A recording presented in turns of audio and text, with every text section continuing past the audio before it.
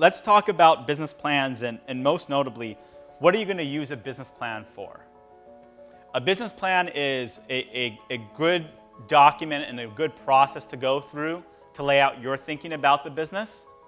But most notably, that business plan is going to be a sales tool for you.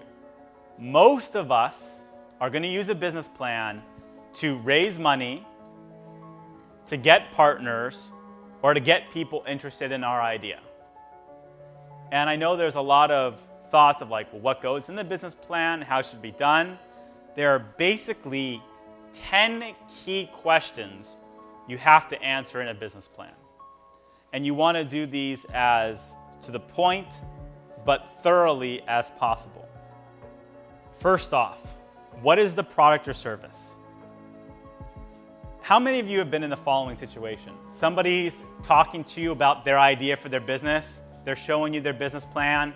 It's 5-10 minutes into it, and you still have no idea what their product does or what their business is. If you can't explain your business concept to me in 30 seconds or less, and have it also not explained to me, but explained to a 5th grader, such that it was simple and straightforward enough that that 5th grader could explain it to another adult, and that that second adult would understand the concept of the business, it's too complicated. Or you're explaining it in a way that's too complicated. The first most important thing to do in your business plan is, what is the product? What is the service? What is DocStock? DocStock is a website that helps small businesses by getting them access to the documents they need to start and grow a business. And they're things like legal contracts, business forms, financial models, and then other resources like videos and tools that you would need to start and grow a business. That's it. That's DocStock. It's very straightforward. I explained it in 30 seconds or less. Even if you've got some questions about what the product does and what it is, you pretty much understand what it's all about, and you'll know what follow-up questions to ask to clarify what's going into it. What is your product or service? Describe it clearly. Next, what is its unique value proposition? Why is your product or service different or better? What's your business? I'm an attorney. I'm a business attorney helping with formations. Great. Why should I use you versus the 500 other business attorneys that are going to provide the same service? What makes you different or better? Well, I've worked with 400 clients in the last year. I've helped incorporate thousands of businesses. I've seen every potential situation something could go wrong or not, and I'm going to make sure to give you the best service, be the most transparent, at fair, clear rates. Okay, I get it. I see why you're different or better. What's the market opportunity? So what's the problem that you're solving? How large is the market? That means how many total dollars spent into it. That's a really important question if you're trying to raise venture capital.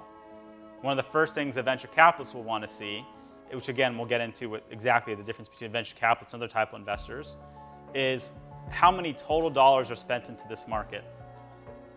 How fast is the market growing, right? So are we talking about mobile devices? That's a hugely fast-growing market. And who's the competition? How do you make money? Make sure that you can be able to explain very simply and clearly how you make money. Is this a subscription service? Do you charge one-off for a product? Are you based on ads? Is it a freemium product? How do you make money? Next, what is the strategy? Strategy is answered very simply by saying, what's the long-term vision? First off, what is it that we picture being in 5 years from now, 10 years from now, 15 years from now? It's my goal and intention that DocStock is the premier destination online for every small business to go to get help with the resources that they find most valuable. That's my long-term strategy. But what are your 3, 6, 9, and 12-month goals? What are the milestones that you want to hit in those periods of time? What are the key metrics that you're going to get? That's the second part of strategy. How do you sell or market your product or service? Don't take for granted that you're going to build something and you're going to get customers, that you're going to open up a corner shop and people are going to come, that you're going to provide a service like a therapist and people are just going to want to work with you. How are you going to get people wanting your product and service? How much capital do you need to raise? So what amount of capital do you need to get to profitability in your business? Or what amount of capital do you need to prove out a certain amount of metrics to potentially raise more money if you're going to have a business that's a liquidity business? Remember, lifestyle business, we want to get to profit. We want those profits to support our lifestyles. Change your question, change your life. When it comes to planning your life, I want to get you to learn to ask 3 questions now. And the first one is not, what am I going to do? And how many understand why now? Say I. The question you want to ask yourself is, what do I want?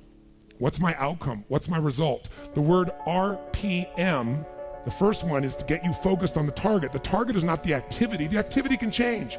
It's what's the result I'm after. If you know exactly what it is you really want, what you desire, what you're really after, clarity is power. The more clear you are and specifically what you want, the faster your brain can get you there.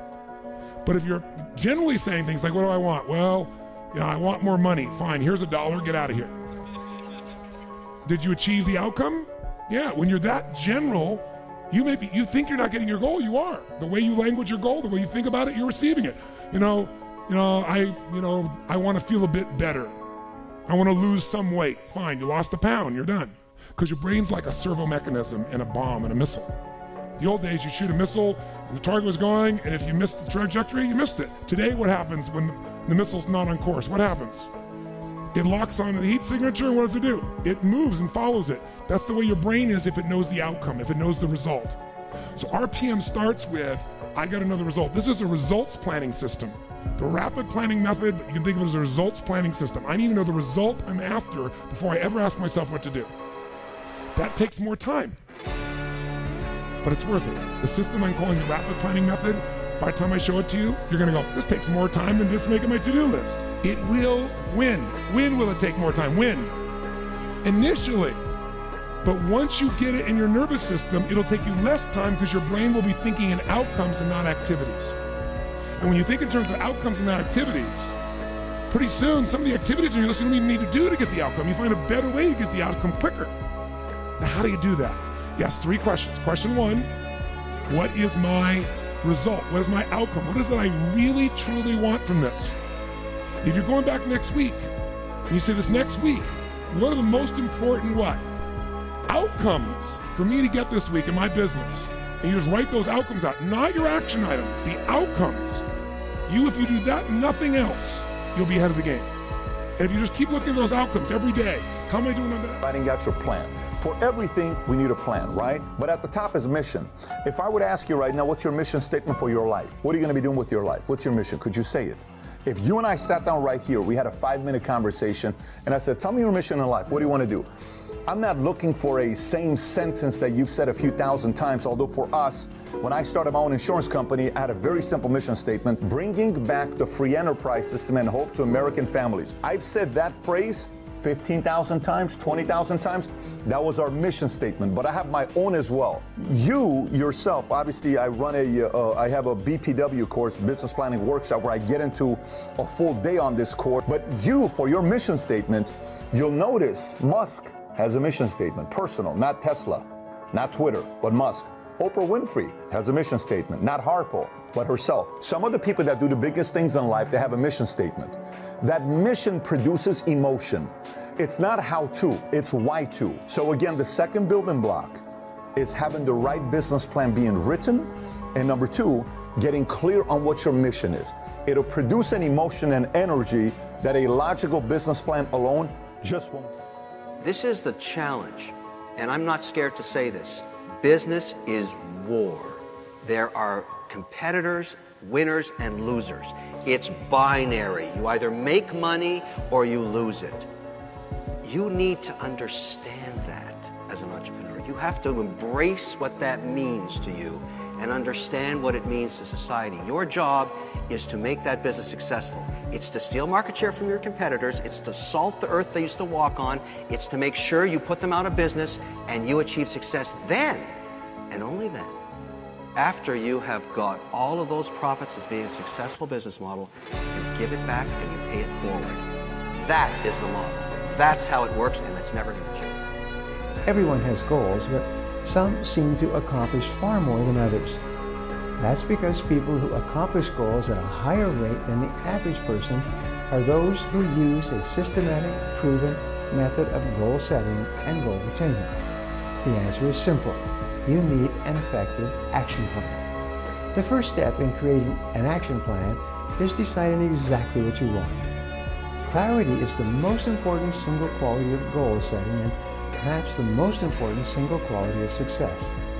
Instead of fuzzy goals like more money, better health, and happiness, be specific about exactly how much money you want to earn in a specific period of time, or what level of health and fitness or weight that you desire. You need to set goals that are multidimensional and for every part of your life so that you function like a well-oiled goal-setting, goal-achieving machine.